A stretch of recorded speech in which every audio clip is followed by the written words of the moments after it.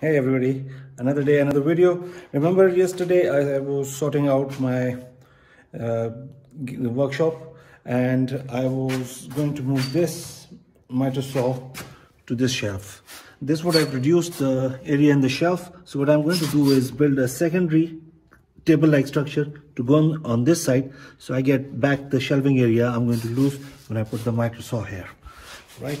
So far what I'm going to do is I have found a relatively good height piece, chunk of wood lying around. I have other pieces like this as well. So what I'm going to do is cut 4 equal size pieces, fix a MDF top on it, yeah, and place it here, and this is going to be my shelf for use.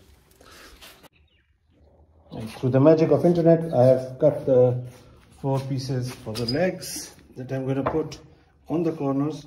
Now I'm wondering if I need to put a brace or something underneath. Yeah, maybe I'll put a cross section brace underneath. I'm not going to put anything remotely heavy on this, but just to err on the side of caution, I will do that.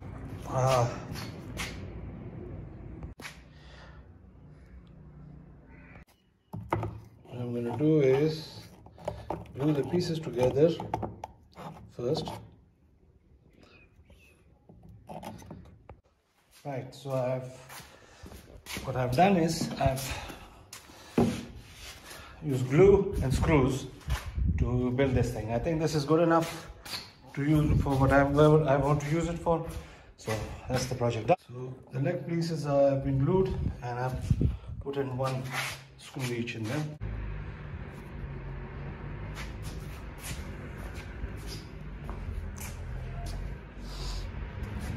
Added 3 more screws so the legs are more securely connected to the top.